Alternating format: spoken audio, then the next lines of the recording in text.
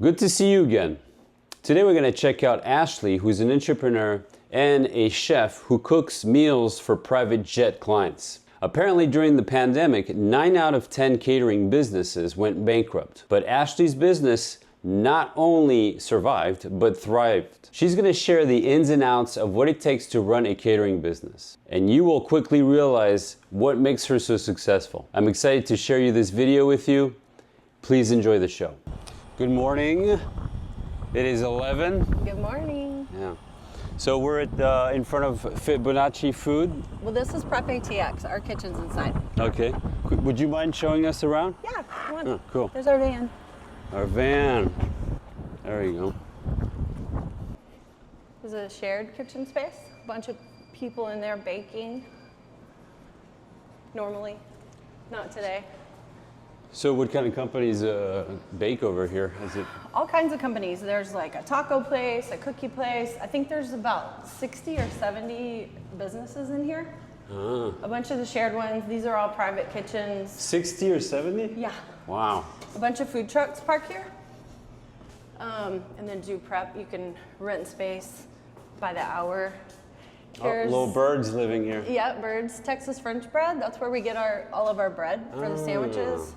So how did you know, when you opened your business, how did you know this place was the place to run your business?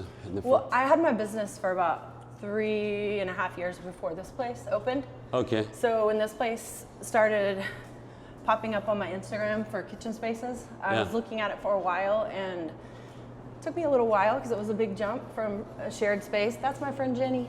You know, it was a big jump from sharing a space to getting my own kitchen. So it was right after COVID, and sadly, a lot of catering companies went out of business, and a lot of people were looking for a new caterer. So I think we were kind of at the right place at the right time. Right place at the right time. Oh, interesting. Yeah. So you kept your client list or something? Is that what? Yeah, we had only a personal chef business before this, and then we opened it up to catering right when COVID was stopping, when things were opening back up for parties. So people were looking for caterers to host their parties, and you know, a lot of people didn't make it. So how did you survive? Was it because? I had a personal chef business out of my house with about 7 clients, and then during COVID, I just kept those same clients. I cooked in my commercial kitchen and just dropped it off to their house. Okay, so to keep the expenses low during COVID, you just said, I'm going to cook at my place. No, I had a commercial kitchen. Oh, I started in my apartment in South Austin, and then I needed more space. I got a commercial kitchen, just like a shared space. And then during COVID, I kept that shared space and just delivered food to the people. It was just me, cooking, delivering, everything. Oh, wow. Okay. And then when we got here, I started in a smaller kitchen down the hall. And then we grew pretty quickly into this bigger kitchen. And then that was about 2.5 years ago. We've been in this big kitchen. So we've grown a lot. Now we have, I think, 5 full-time people plus me. Oh, wow. So 6. And then 1, 2, 3, like 4 part-time people. So you jumped from you being alone to what, 1, 2, or just immediately to 5 people? I had one gal prepping with me for about a year, and then once we moved to this bigger kitchen, we started taking on bigger parties and more personal chef clients and bigger events. So now we can do up to, like, I think our biggest party we've done is like 450. So oh, wow, okay. A lot of people. Yeah. We have a lot of contract staff too. Like, we hire in bartenders and servers and wait staff for events. We don't keep them on full time, but we have some of our favorites, and then some we hire out from a service. So this is the bartending and all the other inclusiveness of your parties. Is that came later, right? You started off with little sandwiches. Did you expand your menu, or was it always the same? Well, most of our catering menu is custom. So they tell us kind of what kind of party they're having and what they want, and then I'll build a menu for them based on that. I mean, we do have some standard stuff that we do for a lot of the same parties, like holiday flavors and things like that. Yeah. And then we do a lot of like lunch tech kind of catering. So tech. Yeah, everything we do is pretty clean. So we don't open cans. We have a lot of ways that we can feed people that have restrictions, allergies, vegans, vegetarians, gluten-free people, all that. So we can feed them an actual meal that's not, like a piece of lettuce and lemon wedge for a vegan. They get an actual composed dish. So that's been really good for the lunches that we do, especially in the tech community. And do you have can you show us a little sample of what's going on here? A mini? Yeah, thanks. I'll pull out some food. We're gonna make some, we have an in-flight catering service, and today is Thanksgiving, and so a lot of people are traveling, and we're feeding a lot of folks on their way out of town. So I'm gonna I have some food ready that I'm about to box up, and I'm gonna just start bringing it out. And you're on your own today. I'm on my own today. Yeah. Everybody else is at home for Thanksgiving. And I'm here. So that's the thing about being an entrepreneur, right? I'm always here. Always here. Yeah. I'm here a lot, every day. I think I took my first vacation this year. It was my first vacation in 7 years. First vacation in 7 years? Yeah. The first time I left the business, when there was actually stuff going on. I go home for Christmas every year, but this is the first time I left. I was gone for 2 weeks. Very scary, but everything was fine. So now I'm gonna probably take more vacations. Hopefully. So don't you feel like you're gonna lose your baby when you go for 2 weeks like that? Yeah. I feel like if I'm not here, anything could go wrong, which it could, but eventually I'm gonna have to take a break, or I'm gonna lose it anyway. Yeah. I have a feeling that when you run your business, because I also run a business, but I feel like you kind of have to have some blind faith that the clients will still be there after your holiday time. It's just this. It's very scary. Scary.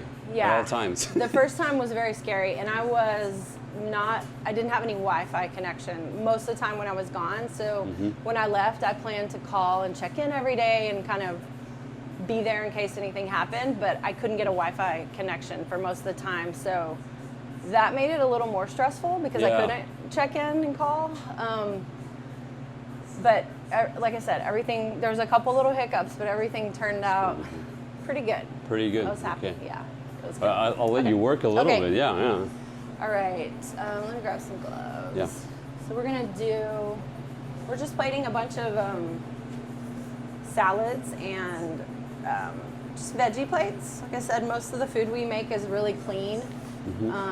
These particular people want very healthy food, so they're getting steak and veggies and salads. Then I'm going to make a little sauce. This is a very nice prime filet. It's beautiful. I'm going to slice it and then chill it down. This one should be, yep, that's the way he likes it. Cooked all the way. He likes it medium well. He likes it medium well. And I think it reheats better when you're, moving on a plane. I'm not sure where a filet would heat well in the microwave. I mean, if they like it well done, that's their problem. Whatever he likes, whatever he wants, he gets it. Exactly. So these all compostable containers when possible. So I'm just going to mix up these veggies. Just like a roasted fall veggie mix. So what do we have here? Squash? Butternut, carrots, Brussels. And then I'm going to do a pomegranate demi-glace. I have some demi that I made a couple weeks ago that's been in the freezer. I'm going to just mix it with a little bit of the cranberry sauce that I used for the Thanksgiving meals. It was like a whiskey vanilla cranberry sauce we did for our Thanksgiving guests, and I'm going to use a little bit of that and mix it with the demi. It's going to be delicious. Okay, so how many orders do you have today? Today, I have about 15 or 16 people to feed. This first one is 8 people, and I'll drive it out to the airport, and then I'll come back and finish the rest. So you're saying the airport because because these are for in-flight catering guests. These will be enjoyed in flight. So I think that's also one of the reasons why they get the food cooked up a little more. Yeah. It reheats a little better.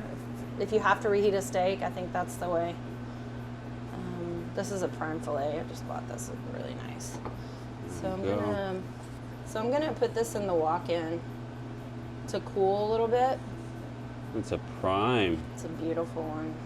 I'm gonna cool it down before I put the sauce on. Yeah. So it'll cool all the way. I don't want it to be in the box warm. Mm-hmm. It'll steam up. It keeps it fresher if it's cool all the way. So I'm gonna just put this in the cooler. Do you offer rare fillets if a client wants that?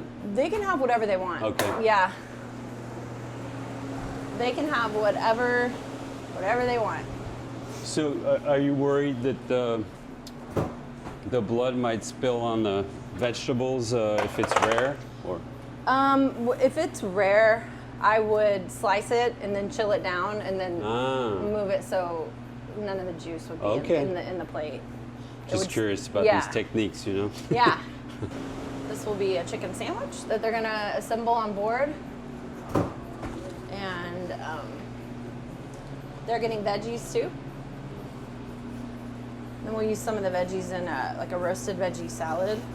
So I'll have everything else on the side, the grilled bread and the like the lettuce and tomatoes will be separate so they can heat up the hot stuff and then put the sandwich together on board so the lettuce and tomato don't get hot. Ah, okay. So that'll be that. And I'll make sure this is all the way cool and we'll garnish it with a little bit of pomegranate seeds. Do you have, is it only private clients or do you have airline companies as well? Only private clients. Only private Yeah. clients, okay. We don't work with any airlines yet. Oh, cool. We might. That's your idea, maybe? Yeah. We're working on.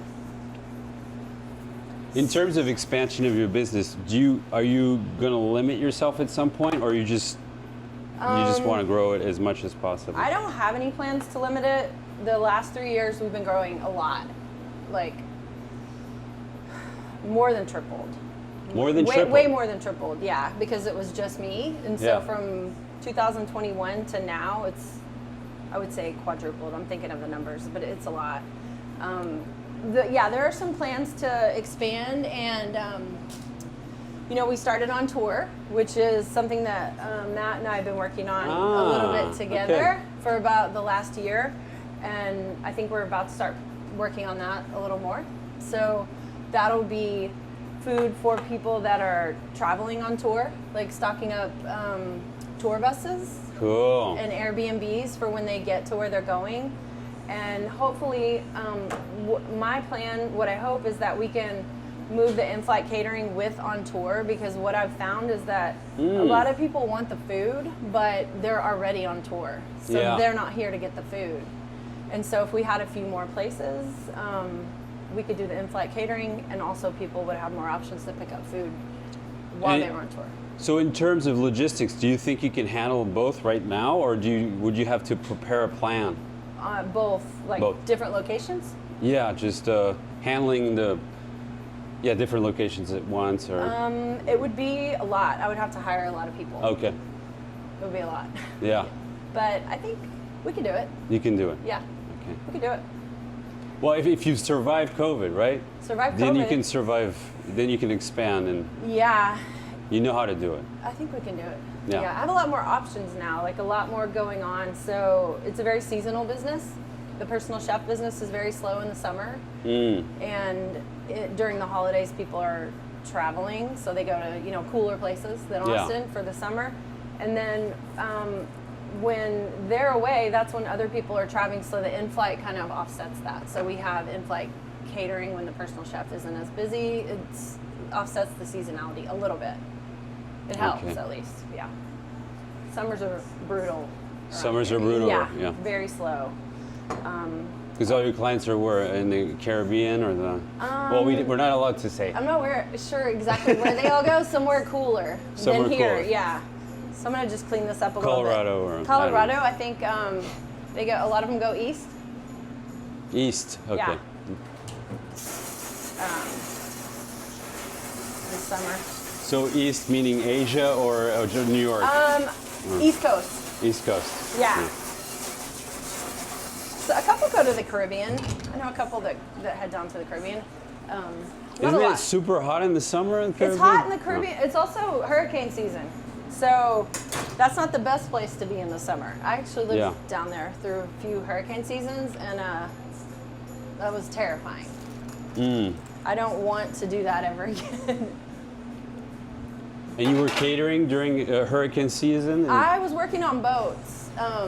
So I worked on a charter yacht for about a year, and then I worked on private yachts. I kind of just jumped around. It was around 2008 when the economy was getting really bad, and I lucked out again.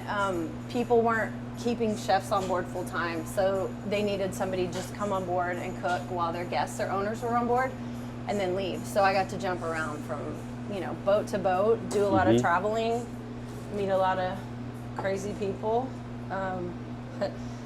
Yeah, you've probably seen a few things. I've seen some things.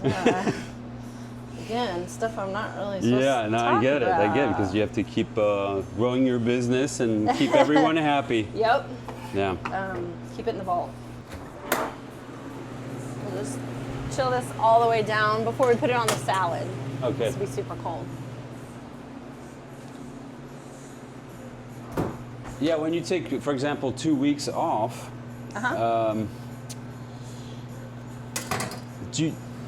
you afraid that some clients, they want their food every single week, and if they don't have it available for 1 week, you might lose their business? Is that what you're afraid of? No, they have the food available. I have they do. full-time people here. Okay. They'll pick up the slack. They do a good job. Yeah.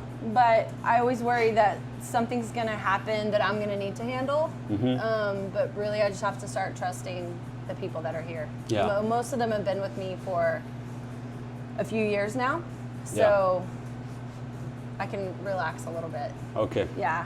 I trust them. The people that I have here, I trust them a lot. So that's a big piece of it. Also, being a business owner with employees, I've noticed that being able to trust and to let go of control Hard. is hard. It's terrifying. It's terrifying. Yeah. Because you don't know, I never know, even though I trust the people, I know they'll make a good decision, but it might not be the decision I would make, and that's the thing I have to kind of let go of. Like, it'll still be fine. So that's the hard part, I think. In filmmaking, when I was making feature films, fiction, I had to work with a lot of people, and at first when you're trying to control everything, yeah, you can make things work your way, but it can create certain resentment. But if you let go, you realize certain employees, if you pick the right ones, they're capable of coming up with so much creativity, and their way might be just as interesting. Am I right when I'm saying that? Yeah, you're totally right. I mean, that's been a lesson, is trying to find people that are better at other things than me. Yes. Like, I'm terrible at hiring and like interviewing people, so I don't even do any of that anymore. Yeah. I have a lady who who helps me with that, because she's better at it. I just pick people that I like chatting with, and that hasn't really worked so well for me. Yeah. I see. So how can you manage to find a headhunter or a human resources person that's going to do the work for you, and know if they're going to hire the right people? I mean, yeah, it's their profession, but how can they really guess? Well, ultimately, I have the last say. Like, I will meet with the people last, after they've been screened and kind of vetted and interviewed a couple times before they get to me.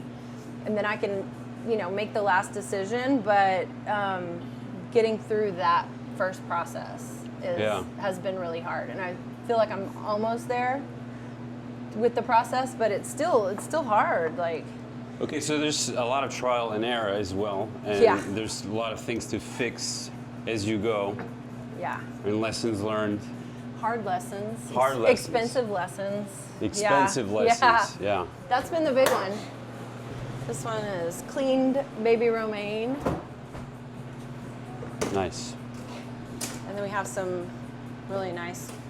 Usually I like to get stuff in from farm to table, but these orders mainly come in last minute, so I don't have time always to place an order. I usually have to go to Whole Foods or, you know, H-E-B or Central Market and pick out nice fresh stuff just to make sure I have it.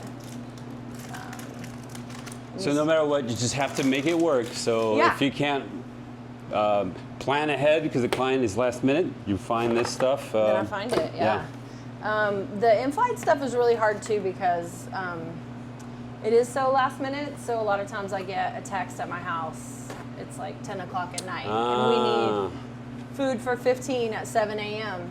So I literally put my jeans on and come to work and cook food all night and go to the airport by 7. That happens quite a bit. So I'll be happy when I can find a person that's willing to put their jeans on at 10 o'clock at night and come in and That's cook hard food. to find, yeah? Yeah. So for now, mostly the in-flight catering, I do all of it myself. Just because, you know, everybody else here already has like tasks and job, you know, things they need to get done. Yeah. And this is just like an extra thing that gets added on top. So mostly I take care of this. I mean, I do get help when I can, but for the most part, the in-flight catering is still all on me. Yeah. I do get help with deliveries a lot, so that's good. So usually if you really need help for in-flight catering, it's just that one person that you call systematically, or is it one of the 5 employees? It depends on who's here. Okay. Like if somebody's here already grilling chicken or steak, Okay. I can just ask them grill some for me or make some extra stuff. But also if there's a lot of allergies or restrictions, everything has to be done separately for those. So a lot of times I have to do it all separate anyway. That's a huge responsibility, right? The allergy part is scary. It's crazy. Yeah, but we do a lot of that. Our personal chef clients have a lot of restrictions, a lot of dietary, I wouldn't say allergies, but a lot of them are like healing from something. Like a lady who just had a baby, so we fed her the whole time she was pregnant, both babies. And now she's recovering from that and she was losing weight. So she's on a whole different diet. So their diets change a lot throughout the time that we know them. Some of the people have been with me now for like 7 years since I was in my house. And then a lot of them are athletes. A couple of them are athletes, and he, you know, he's training for a marathon. So his diet's different than when he's doing CrossFit. Yeah. Or, you know, it just changes like that. And so had a guy that had a heart attack, young guy. And, you know, we've been with him for, I don't know, I think about 4 years now. So we talk with his functional medicine doctor, and we get new dietary stuff every time he gets his blood drawn. We communicate with them to see what kind of changes do we need to make. So you talk to the doctor directly? Or A couple of functional medicine doctors, we do communicate with them. Most of the times they bring us their charts and like their restrictions. And if I have follow-up questions, I can get in touch with their nutritionist or whoever they're working with. Sometimes it's their coach, depending on, you know, where they are in the training process. We did have a couple athletes that were working with like pro coaches and stuff, and they have very strict requirements. So there wasn't a lot of wiggle room there. We knew exactly what they needed: macros, calories, fat. How many carbs, calories did they have to eat? One guy was almost 3,000 calories a day. 3,000 a day, yeah? It was a lot, yeah. Okay. And a lot of protein. We had to feed him. We had to buy. What's his height and weight? I can't remember. That's been about a year ago. Tall? He was a tall, big guy, football player. So 250 pounds probably. He was, big. We had to buy bigger containers for his food. We couldn't fit his whole meals into one of the containers. Yeah. It was mostly protein. So yeah. That was cool. It was a lot of food. I mean, you pick up his bag and it's like 3 days worth of food. It's 2 full bags. And for him, that's 1 day. 2 days. We 2 days? deliver to him every 2 days. Okay. So we couldn't. And that would be enough food for you for a whole week, right? Yeah, at least for probably 2 people. For 2 people. He was a big dude. Cool. So these, I'm gonna. Yeah, I did banquet serving at a really? 4-star hotel called the James in Chicago. Okay. And one time we had the hockey team. Oh my, the amount of food that Big they eaters? eat. Woo!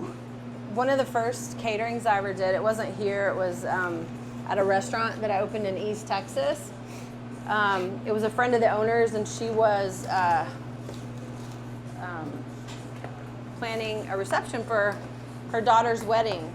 And so we had all the food, you know, everything. I spent you know, a lot of time figuring out how much food to make and, you know, what's going to be a good amount, all that. And she didn't tell me that her daughter was marrying a firefighter, and all his friends are firefighters. And they were these giant, you know, 25 to 30-year-old dudes. We ran out of food, and it was terrible. But that's the only time I've ever run out of food. So that was a lesson learned. And did they just call in a pizza or something?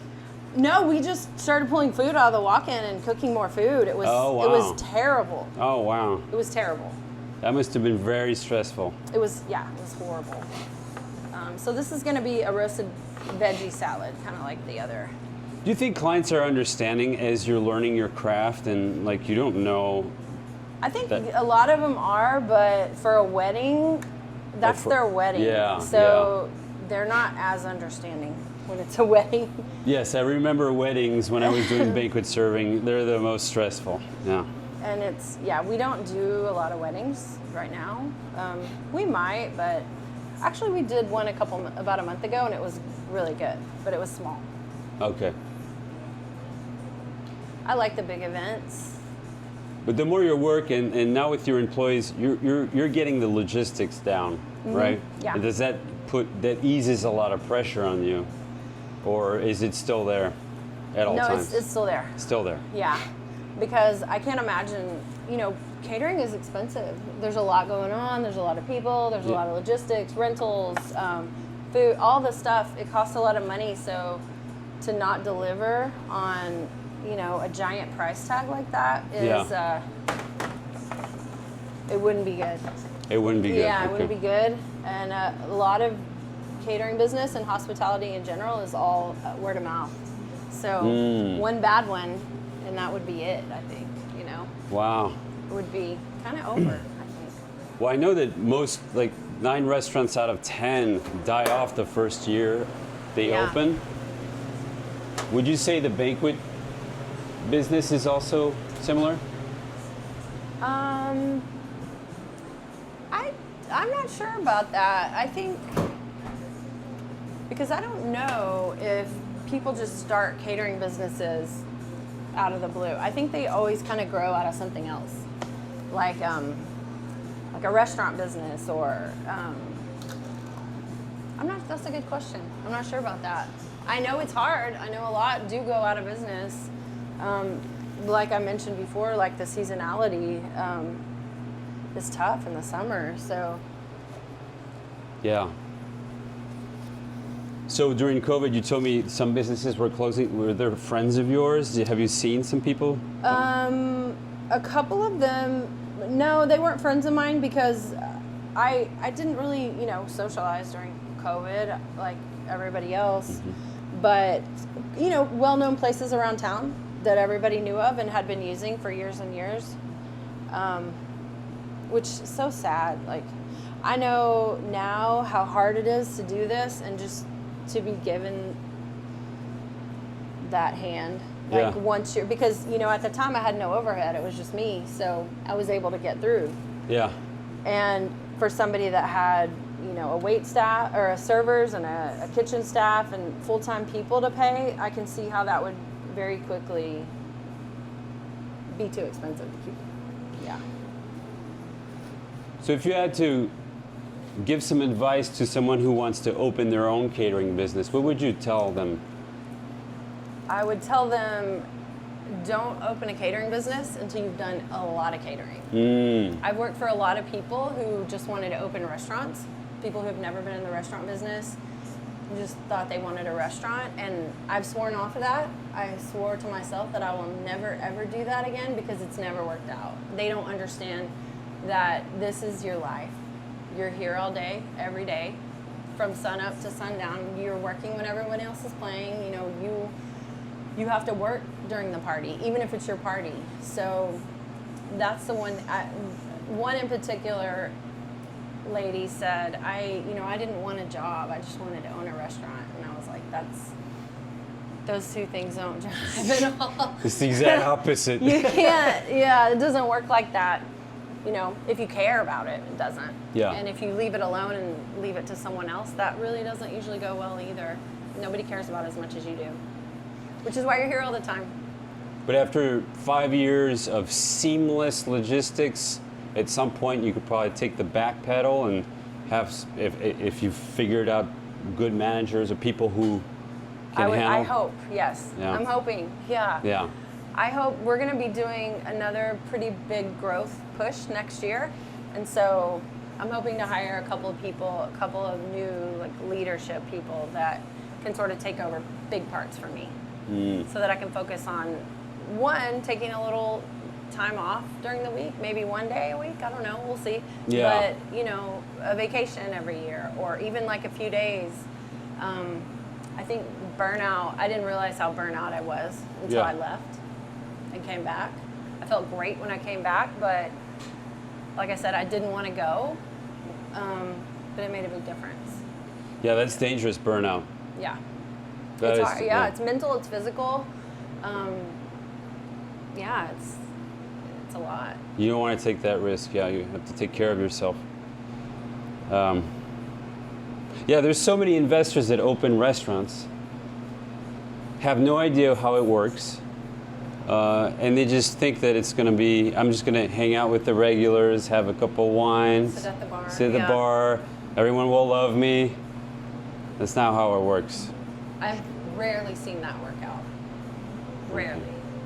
I mean, it does every once in a while, but that's just like a magic formula. You can't duplicate it. It's just luck, I think. It is. Yeah, it's a lot of hard work. But I've only done this. This is all I know how to do. I've been in the restaurant business since I was 14. I don't want to tell you how many years ago that was, a long time ago, but I've never done anything else, so I can't imagine sitting at a desk or doing anything else, really. I wouldn't know how to do it. Sitting at a desk is not worth it. No, I don't think so. I've done it. Not good. Oh, terrible. Boring. I can't concentrate. Just for your health in general, just sitting for 8-9 hours is so bad. Yeah. Yeah, I tried it a couple of times, and I always ended up like waiting tables after work or bartending on the weekends. Like I could never stay out of the kitchen or the restaurant. Yeah. I always did something. But it's alive. This is real life, huh? Okay. Well, what's up? What's going on right now? I'm just gonna finish these salads. I'm gonna put a little bit of garnish on them. I have some pumpkin seeds over here. Yeah. So we use a lot of these. These are pepitas. So we roast them with a little bit of ancho and some cinnamon, and we use them on a lot of salads or quinoa bowls. A little crunchy. They have a nice little bit of heat. So it's the little details that make the difference, Yeah. right? Yeah. For sure. I'm gonna get a vinaigrette out of here. Okay, so I'm just gonna make a little bit of vinaigrette. So this is like a lemon poppy seed and some cranberry vinaigrette. Cranberry is just a little bit sweet, so I'm gonna mix it with the lemon. Kind of dilute the sweetness out of it a little bit. Cool. And we'll put it in there. So you have pomegranates and So that's a cranberry vinaigrette that we made yesterday. cranberry vinaigrette. We made the cranberry sauce. That's right. It's the turkey. Thanksgiving. I Yeah. forget. You know, I was born in France, so No Thanksgiving. no Thanksgiving. How long have you been here? I've been here on and off. My mother's from Chicago, Okay. so I would go to Chicago since I was 5 to see my grandparents every summer, every year. And I've been in Austin for 10 years now. You like it? Yeah, I went to University of Texas on a scholarship to go to film school. Oh, cool. Okay. And yeah, the business is running. I'm coaching Muay Thai. Oh yeah, I forgot about that. Let's see. Yeah, so pretty busy. You want to taste it? Yeah, let's do that. Well, I have a piece of gum in my mouth, but Okay. I'll taste. Sorry. Oh yeah, nice. Nice. That's nice. Oops, I made a mess. Oh, it's okay. Okay. Don't worry. That's a nice vinaigrette. Thank you. You put a little, some creamy texture in that one. Yeah, so we use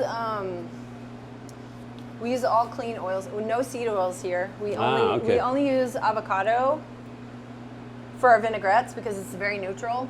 And we use coconut oil a little bit when we cook. We don't get it too hot because it doesn't taste right if you get it too hot. Oh, I see. Yeah. But the avocado oil, we cook with it, and then we also use the Texas olive oil. So no canola or grapeseed or any of the weird oils. I think that makes a big difference in why people still feel really good after they eat the food. Yeah. Isn't it baffling how much just processed or seed oil is in every single restaurant's food? And sugar. And sugar. I mean, there's tons of sugar just in your salad, which is... Well, for me, that's the shocking part because growing up in France, No sugar. going to the States, every time I eat in the States, everything is just so insanely sweet. Even the pastries. I'm like, why do you put so much sugar in there? Like, why do you I don't get it. I think it's a habit or something. And I think people are so used to everything being sweet, they don't want it if it's not super sugary. Yeah. Which is not good. Then I like to just put like a couple like really nice, especially when it's just a really pretty one on the top. I like a lot of fresh herbs. It's nice. So you can kind of see what's in there. Cool. Oh, it's looking nice. Oh yeah. Nice. It's like a pretty good lunch. Yeah, for a meal in the plane. Yeah. That's pretty good. I think it looks pretty good. Yeah. I think they'll like it. Because we all know the. Yeah. Everyone, when they talk about airplane food. It's not great. Why do you think airplane food, is it because they're cutting costs or they don't have these facilities? What is it, do you think? And the major... It's just mass produced. Mass produced. Yeah, it's most of it, I believe. I don't know about all of them, but mostly it's like a lot of frozen stuff that they pull out and just put together on a tray and wrap it up. So I don't believe there's somebody in a kitchen somewhere making your food I think it mostly comes from like, mass produced something. So I think that would be the difference. So everything's frozen, nothing's really fresh. I don't really know. I don't know much about that, but I've seen it and I've tasted it, so I can guess. Yeah. They have this brand in France called Picard, and these are supermarkets where everything is frozen. Really? That's it. And when you buy from Picard surgelé, it's really nice. The food's really good. Well, I guess. So I feel like it's also the quality of the ingredients are lowered because.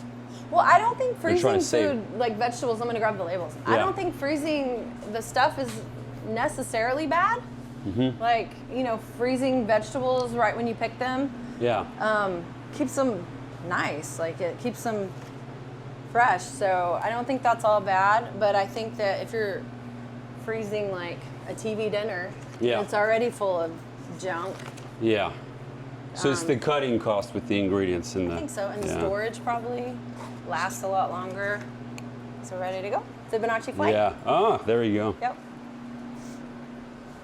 I think we can finish this guy. Put the lid on here. We'll give him a few pomegranate seeds too. So these are all personalized, or do you have this menu where people can pick, or we both? do. We have a menu, but for the in-flight people, they don't usually order off of it. They usually just tell me what they want, and we make it. It's not. Yeah, this is for them. It's an added value. They want luxury, so obviously, Yeah. if they have the complete choice. And for our regular clients, we keep all of their information. So if their flight attendant calls and says we need food for 10, it's the regular people. I already know, like the kids eat this. They don't like no mushrooms, no like. Yeah. I already have the information for Oh, them. okay. So we keep all of that, so we don't have to. They don't have to go through everything every time. They're like, give us what we had last time, and you know, it makes it a lot easier for everybody. These people are busy. You know, and if they're traveling a lot, they're going from city to city, I'm sure they have to tell every kitchen, wherever they go, that he won't eat mushrooms, he won't eat onions. So they can just call us and say, give us what we got, or give us, you know, food for 10 or 12. It makes it easier for everybody.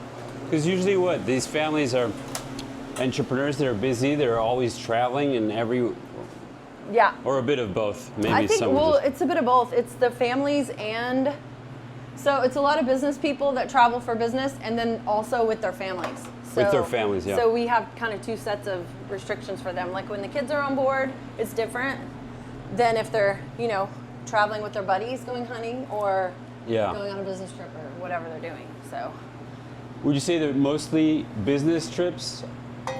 I would say mostly. Mostly. Yeah. Mostly business. This is demi-glace that we made.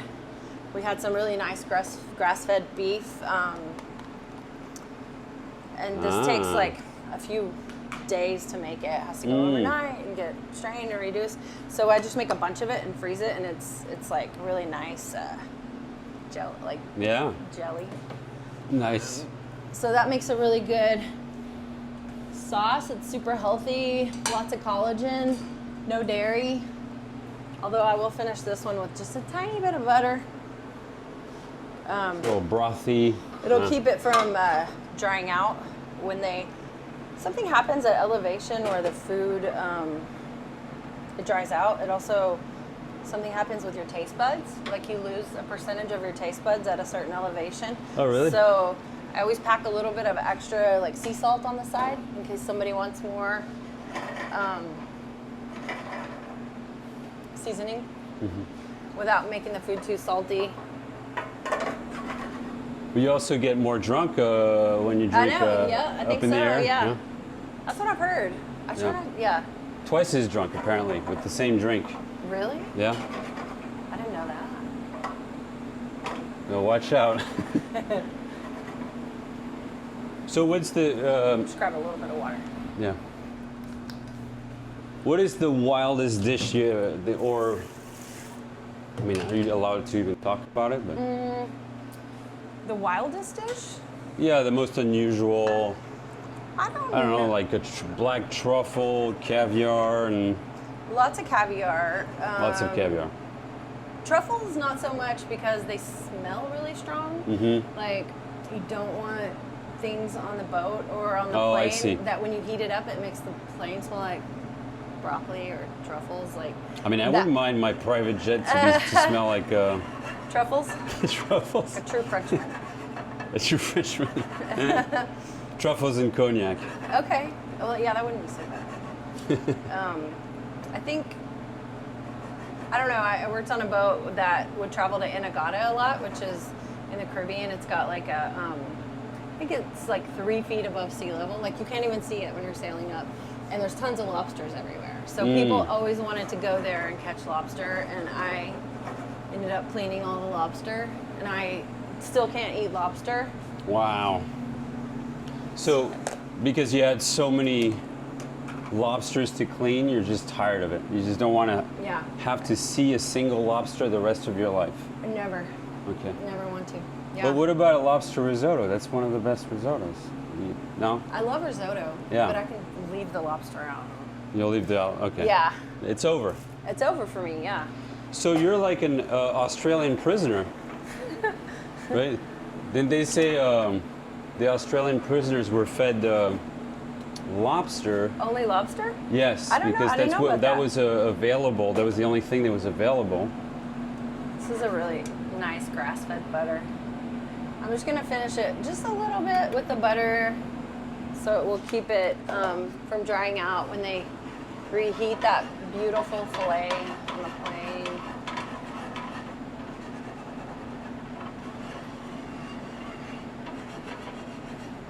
Just a tiny bit of pomegranate juice in there and a couple of pomegranates. Make it Thanksgiving filet.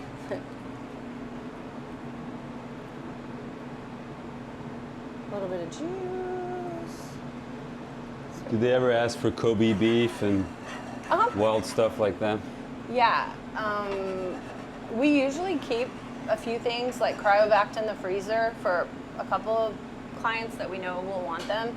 So we'll get it from a really nice local farm, get it in bulk, and kind of break it down and cryovac it. So, you know, if they call on Thanksgiving and say they want the Kobe filet, we'll have it. So it's U.S. Kobe? Yes. Yeah. Local, mostly.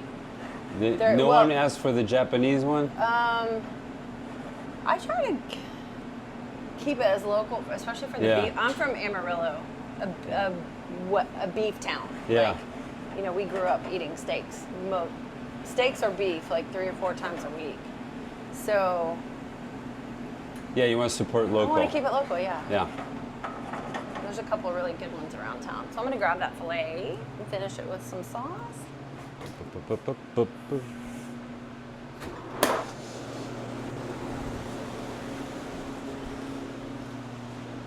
I would rather have that than turkey any day.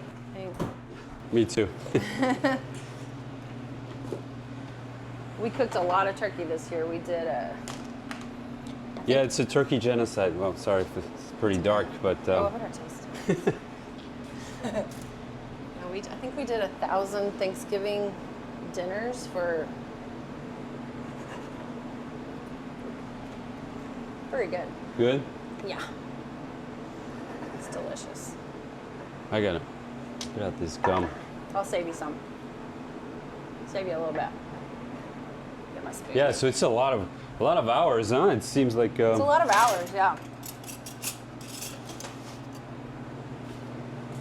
If I could just be in the kitchen and not have to do the other stuff, like, you know, like owner stuff, like... Yeah, you want to be doing your artwork, right? Yeah. And all the papers and accounting and the hiring and all that kind of stuff, that's not your thing. I don't like any of that. Yeah. But I have really figured out what I'm bad at and tried to hire people to help me with those things. Look at that. Look at that, shiny. He's gonna love it. Nice. I know he's gonna love it. And then I have some really nice, not that one, flaky sea salt, Malden. Oh, nice. I always like to finish Nice little crusty. a little crunchy. Crunchy. Yeah, crusty doesn't sound appealing. Crunchy. Yeah, a little bit of salt. That's gonna be a winner. Nice.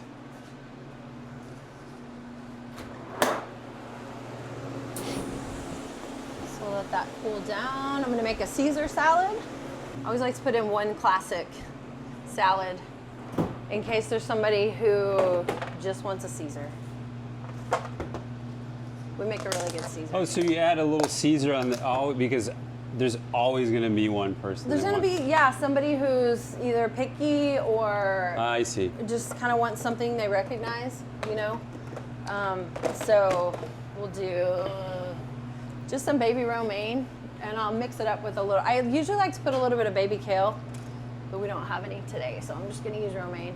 That's that little touch. No one asked for it, but you have it ready for them. Yeah, just in case. That's cool. And then, See, that's something that I wouldn't think of if I started the business, you know. Did you learn it as you go, or just you realize a pattern?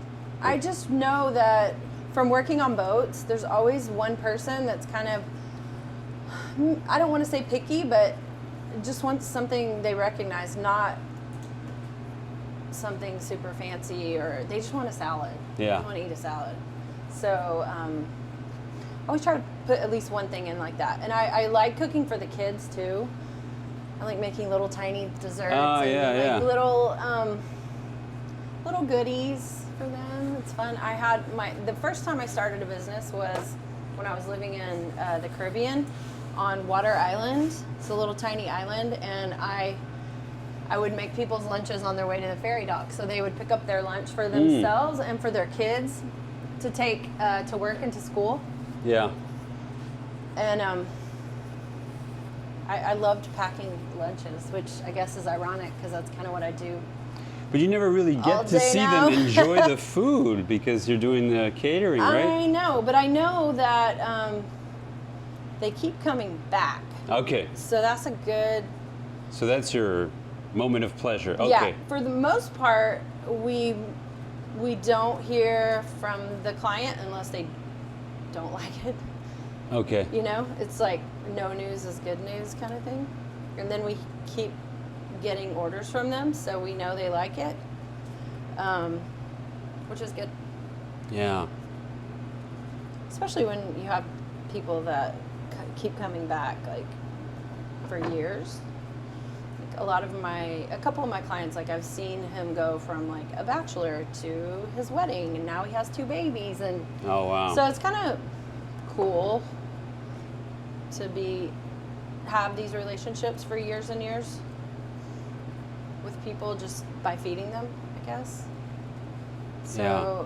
this one, so the Caesar that we make here is it's really clean like the rest of them, but it doesn't have any anchovies, it doesn't have any fish in it, so if there's a fish allergy, they can still have it. So we use a couple different things. There's like some capers in the dressing, and one of my favorite parts, I love pepperoncinis. I don't know if you like Pepperoncini? Yeah, I love that. And so we use a lot of these, like this pepperoncini relish. Chicken can get a little bit dry, so we Oh, yeah. kind of put that. Used to do that during COVID.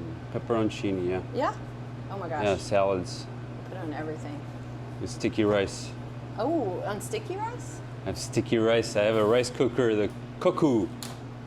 Rice cookers are amazing. Amazing. We still use them here, like if we need, if we need a really small batch of something. Ah, Parmigiano Reggiano. Yes, I like the Nice. shaped one. And then one of the versions of the Caesar that we do, we typically do it with baby kale, but like I said, this order came in pretty late. I didn't have a chance to get the baby kale. But we would make this one, and we'll use some hemp parts and toasted almonds instead of croutons, so it'll stay gluten-free for the person who doesn't want gluten. Yeah. Croutons. So we'll use some toasted almonds and some hemp parts, extra protein. I love the hemp parts. I put them on a lot of different salads, especially for like vegan stuff. It's called what? Hemp? These are almonds. Oh, almonds. But the hemp parts we use as a garnish, especially on a lot of vegan food. Okay. It's got like almost like a Parmesan kind of texture. It's got really good fat and protein in it. Yeah. It's pretty neutral flavor, so picky people will eat it. Nice. And then we always have our house Caesar dressing around, so I'll grab some of that. So you minimize risk usually by avoiding nuts in your recipes, or what? No. I mean, that one has nuts, so. We use a lot of nuts in the recipes. Okay. We're just very careful. Very careful. Yeah. We have all of our clients, when we're cooking for them, we have their notes out with their preferences, so we know exactly, like, we keep it out every time. So even if you know it, we look at it every time before we plate and make sure. Because this is no joke. Like, when I worked in the restaurant industry, nuts allergies, some restaurants were maybe a little lackadaisical. And I've read this story on this poor little teenager who had these nut brownies given to her at school. She died in a day later. It's serious. It's crazy. It's serious. So it's no joke. Yeah. It's always like a process too when we get a new client, because we get this list of allergies from them, and I'm scared. So they get like very simple, basic food for like the first few weeks. Until we get comfortable, like, okay, I'm gonna add one more thing, make sure you're okay with this brand of avocado oil. Like, the people that are super sensitive, it's just very scary. Wait, so even avocado oil can trigger another allergy? No, I mean any allergy. Like Any people allergy. that are allergic to, we have a new client who's allergic to so many things, and he's sick for weeks if he eats any of the allergens, and so he has to have a special coconut milk. He has to, he's allergic to avocados, but he can have avocado oil, which I'm not really sure why, but there's different brands that process things in different ways, so we have to make sure that with this avocado oil, he's okay with it. So we'll just give it to him, the very simple food, like it'll be roasted chicken, grilled broccoli, and whatever, something super simple, and make sure he's fine. And then we can start adding in like one thing at a time, so that if he does get a reaction, he'll know what it was. So if we give him like a salad like that, it could be anything, it could be any one of the pieces. So if we keep it super simple and just start adding things little by little, then if something does trigger a reaction or whatever, he'll know what not to eat also. Okay. So how people do elimination diets? No. Where they take away everything, and then they start adding one thing back at a time. A lot of people use us for that because it's very labor intensive to cook that food. And so, it's very important to make sure that we're giving them the right food and the right information. So there's a lot more work into making sure that this or that dish does not have nuts or this ingredient. Yeah. A lot more work. It's a lot of research and just being careful, buying good products, making sure we know where everything comes from, exactly what's in every dish. For our grab and go stuff, we do have labels that list everything and all the allergens and everything like that, but we can't feed someone week after week the same salads, so there's a lot of research that goes into it. A lot of seasonality, so we can get a lot of fresh vegetables and change it up that way to keep it clean. But it's a lot of work. So you go off the principle of I don't want to keep things redundant. I have to change it up to make it interesting and creative for my clients. Yeah. Unless they only want to eat the same thing. We have a couple of those too. Yeah. He wants the same breakfast every single day for a year, and he gets it every single day for a year. The rest of his food we change up, but still, it's like, oh my God, still? Again? We'll keep making it as long as he wants it. Yeah. It's kind of like Einstein, who just wanted to wear the same exact t-shirt, so he bought 7 different t-shirts that are the exact same, 7 same t-shirts, 7 same pants, and 7 same socks. Well, there's no decisions to make, No decisions, It takes that decision off the table in the morning. This is what I'm having. This is what I'm wearing, Yeah. Little by little. He's eating like a chef, standing in the corner with a bowl and a It's like we eat out of quart containers. You got a bowl. Thank you. Yeah. Well, I thought that was super interesting. I worked 15 years in the restaurant business, and I can tell you that what she is doing is hardcore. Please like and subscribe if you want to see more of this content. If you want to see more entrepreneurs, more creatives, more musicians, this is the channel. I'll see you soon. There we go. Easy commercial. Easy. I love it. Keep going.